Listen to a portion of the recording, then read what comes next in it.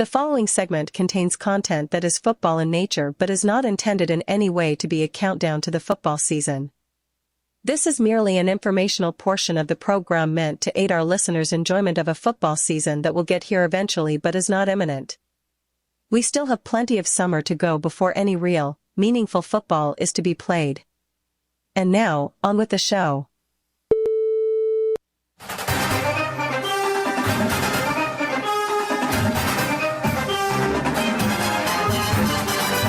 The countdown is on. Sorsby to the air. Corner route caught for a touchdown. Tony Johnson with the Cincinnati touchdown to make it a two-score game. Play action. Deep shot for Gabbard. Got him. And it's a catch. Reggie Virgil. Warrior in motion. He'll be the lead blocker for Evan Pryor, and the home run hitter trying to deliver the boom. And there he goes. 55 yards. Touchdown. It's time for 25 teams in 25 grums. You know, I'm going to be the first to admit to this. I had never heard the Cincinnati fight song before until that moment. Now, for Husker fans, they hope they don't hear it a lot down in Kansas City. Oh, yeah. But a guy who does know that fight song and hopes to hear it a lot in Kansas City is the voice of the Cincinnati Bearcats. The inaugural guest in this year's 25 teams and 25 grums. It's, of course, Dan Hoard, the play-by-play voice. Dan, how are you doing this afternoon? I'm doing great. It was good to hear that fight song. I'm ready for Cincinnati to start practicing. When do they open camp? They open camp next Monday, Okay. and they're one of the schools around the country that actually leaves campus to hold a camp at kind of a remote spot in the Indiana woods called Camp Higher Ground. It's a really cool setting. I think over the years they've thought of it as kind of a competitive advantage, so they will be there next Monday. Dan, looking at this team, I wanted to go big picture with you first because I was looking at Bill Connolly of ESPN, his projections this morning, and he has the Bearcats to finish last in the conference. What do you think predictions like that are most missing about the 2025 iteration? Well, I haven't seen what Bill wrote, so I'm not sure what the basis is for him saying that. But I think if you look at the projected win totals in Vegas, there's no team in the Big 12 that's more than 2 games ahead of Cincinnati, and there's no team in the Big 12 that's more than 2 games behind Cincinnati. So it's a tightly clustered league. The Vegas over-under number is 6.5 for the Bearcats. I think there's a reasonable chance that they can top that, and hopefully they do and go to a bowl game because that's the next step for this program under Scott Satterfield. Dan Hoard, the voice of the Bearcats and the Cincinnati Bengals, by the way, joining us here on the Prairie Flower Casino Zone hotline. If quarterback Brendan Sorsby is to improve to the point where Cincinnati can get above 500 or be in contention for the upper division, what area do you think it will show itself most?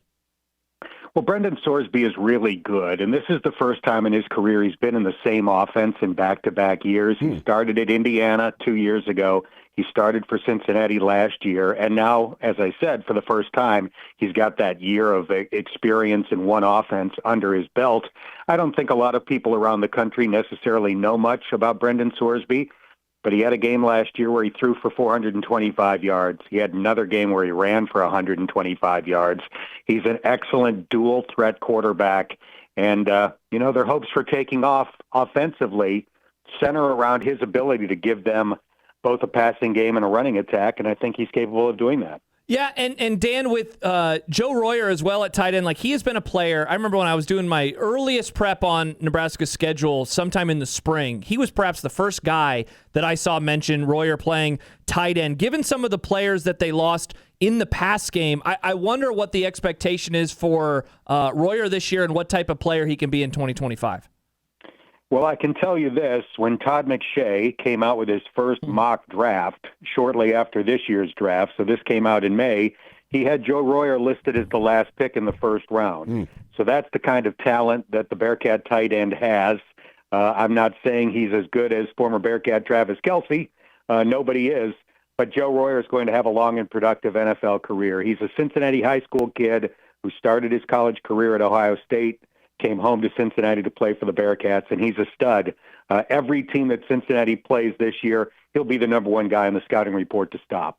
Dan Hoard, the voice of the Bearcats, joining us. Cincinnati, our team today, Nebraska's inaugural opponent this season in 25 teams and 25 grums. As Josh just mentioned a moment ago, a lot of losses in the receiving side of things, so had to go into the transfer portal, got a number of wide receivers, including a couple from FBS programs, A&M and Colorado State, to replenish that roster.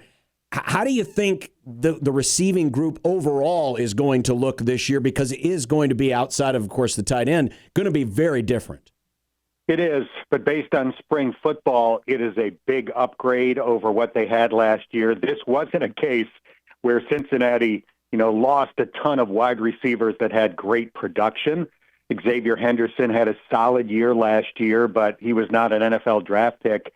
They've got guys now that have NFL potential. Jeff Caldwell is one of those guys that came from a smaller college level. He started Lindenwood University last year, but he looked like T. Higgins during spring practice. He's a big 6'5" guy with great catch radius and the ability to go up and over people. And then Cyrus Allen was productive at Texas A&M. He gives Cincinnati a speed element that they have not had in recent years. So they lost wide receivers, but I would say overall they have upgraded the position. Dan, speaking of players lost, Corey Kiner gone. He's in the NFL. He'll start training camp with the 49ers. I know that they brought in a player in particular, running back, that they like, but I wanted to ask you about Evan Pryor because his numbers are pretty interesting. 252 of his 418 total rushing yards last year came on 5 plays. He had 181 receiving yards, and 120 of those came on 2 plays. So it seems like he has that real big boom potential. How does he become a more consistent back in 2025? Well, it's a good description of him. He's another Ohio State transfer who's got 4.3 speed. So he was kind of the change-up when they took Corey Kiner out of games last year, and he had a huge impact in a small role. He had 4 touchdown runs last year of 50 or more yards, which was number 1 in the country. And again, he didn't have that many carries. So in terms of his consistency, I think some of that will just be getting the ball more than he did last year as Corey Kiner's backup. And they landed Wisconsin's leading rusher in the portal in Tawee Walker, so they still have a great 1-2 punch. I think in this case you've got a speed guy in Pryor, a power guy in Walker, and that's the type of combination that most college coaches like to have. Dan Hoard, the voice of the Cincinnati Bearcats, Nebraska's first opponent, and our first team in 25 teams and 25 grums. It all starts up front, Dan. A couple of transfers came in to replenish on the offensive line. How do you think, where do you see that line perhaps being a possible strength this year for the Bearcats? To me, that's the biggest question mark on the entire roster because they lost really good offensive linemen. Luke Kandra, first team All Big 12 each in the last couple of years, and a guy who's in an NFL camp right now. 3 of their offensive linemen from last year's team, in fact, are in NFL camps, including John Williams, who was an NFL draft pick. So they've got to replace real talent. They did manage to land one of the best tackles in the portal in Joe Cotton. I think that was a coup for Cincinnati to find a bona fide left tackle in the transfer portal that pretty much every college in the country wanted. So I think the potential is there to be really good, but again, it's a question mark because they lost 3 NFL caliber players off the offensive line, and that's always hard to replace. Dan, other side of the ball, Tyson Veit enters his second year as the coordinator of that defense. Both the pass defense efficiency numbers had him in the bottom half of the country. They only had 21 sacks last year. Like, what level of confidence do you think there is on those 2 spots improving? Because obviously that's going to tell a whole hell of a story about how good the defense can be in 2025. Yeah, I really like Tyson Veit, and I think the defense got better and better as the season went along last year. He brought in a completely different system. He had been at Iowa State for a decade under Matt Campbell that kind of made the 3-3-5 famous, but it's difficult to start playing that and be good at it right away. So now that these players have a year of experience in that system, at least many of the starters do, I would expect them to start this year much better defensively than they did in year 1. A name that folks are going to have to get to know, Husker fans, when it comes to the defensive side of the ball, is the Godfather, Dante Corleone, who is coming back another year at the defensive line spot, defensive tackle spot. He was a preseason all Big 12 selection. What should we get to know about this young man and how impactful he is?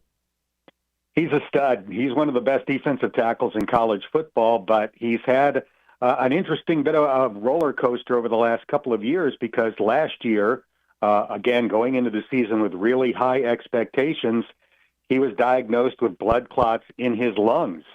And it was a bit of a question mark as to whether he would even play last year.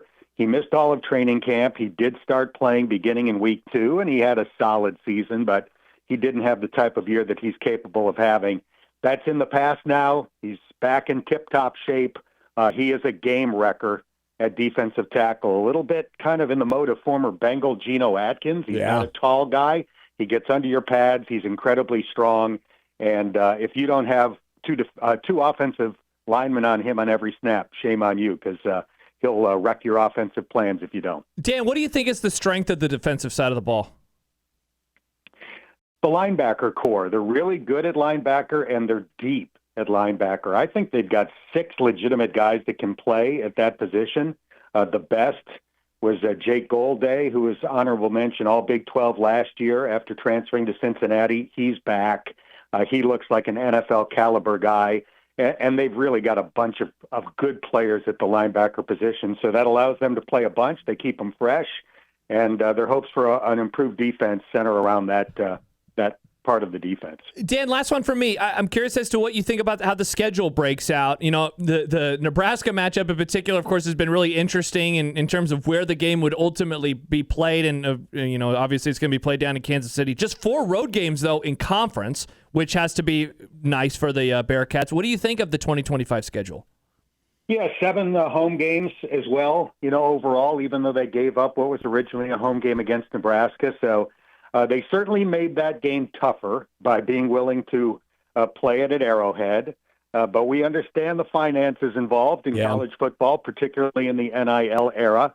And the chance to play it there meant a lot more guaranteed money into the Cincinnati coffers. So they'll try to get off to a good start in that game. It's going to be tough to do, but I think after that, with 7 home games, the schedule is pretty favorable.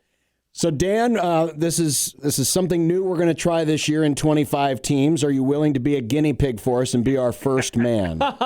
I love being a guinea pig. Bring it on. Well, I mean, by the way, I don't know if folks, you know this, but Dan wasn't in an episode of The Simpsons, but his name was. Oh. Yes. Your old minor league broadcasting partner put you in a script for The Simpsons. Is that correct? That is correct. It was the Dancin' Homer episode. So this goes back a long time. Simpsons has been on the air forever. Yes. But for anybody that saw the Dancin' Homer episode where Homer becomes the mascot for the Springfield Isotopes, the local minor league baseball team, there is a broadcaster in that episode named Dan Hoard. So whenever that episode plays in syndication, I will get a phone call or a text from somebody saying, hey, I don't know if you know this, but I think they said your name on The Simpsons. And then I go on to explain the story. All right, I have a 19-year-old kid. It's the only thing that's ever impressed him. That's fantastic. Now, that's not the guinea pig. The guinea pig is we're going to end the interview with some rapid-fire questions, just short-answer questions. You ready? I'm ready. Here it is. It's called Rapid Fire. Rapid fire. Rapid fire. You do not throw rocks at a man who's got a machine gun. Rapid fire. Most important player this year for the Bearcats is? Brendan Sorsby. Player that you're most interested to see how they can contribute this season is? Jeff Caldwell, the 6'5" wide receiver that I mentioned. Okay. The least, the floor that this team could do this year to satisfy your expectations would be what? 6 wins in a bowl game. I like it. The thing you love most about this year's Bearcats is? Game day at Nippert Stadium. It is the Wrigley Field of college football, one of the most unique environments that any team plays in the country. Oh, wow. It is a really cool stadium. Yeah. It is a really cool stadium.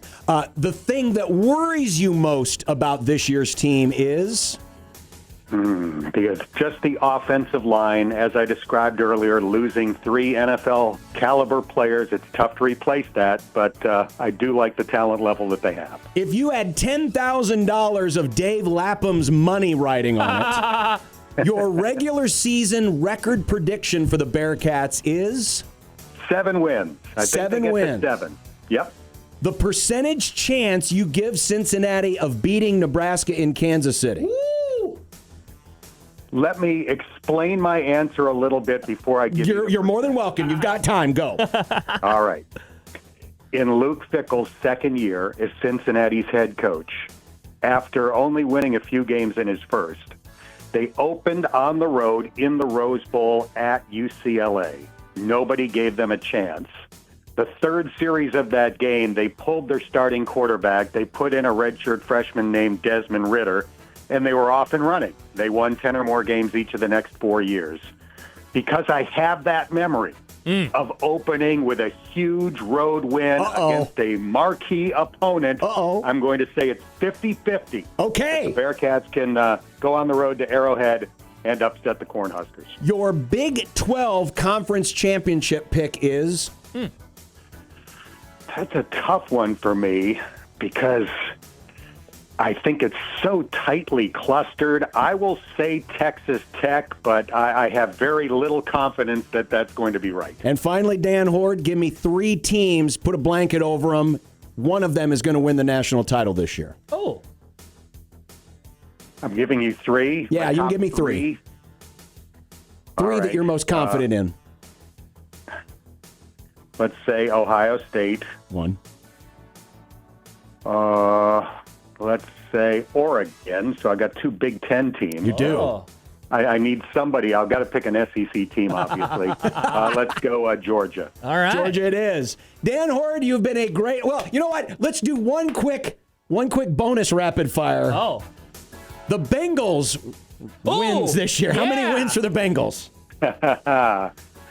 11 wins, hopefully 12, but Back 11 in the or playoffs. 12 wins back in the playoffs for the first time in 3 years. And if they make the playoffs with Joe Burrow at quarterback, anything is possible, as we learned in 21 and 22. Yes, we did. Dan, right. we really appreciate your time. Thanks a lot for joining us. Have an enjoyable season on both ends, college and pro. My pleasure. Thanks for having me on. You're welcome. Thank you, Dan. Dan Hoard, the voice of both Cincinnati Bearcat and Cincinnati Bengal football on the radio.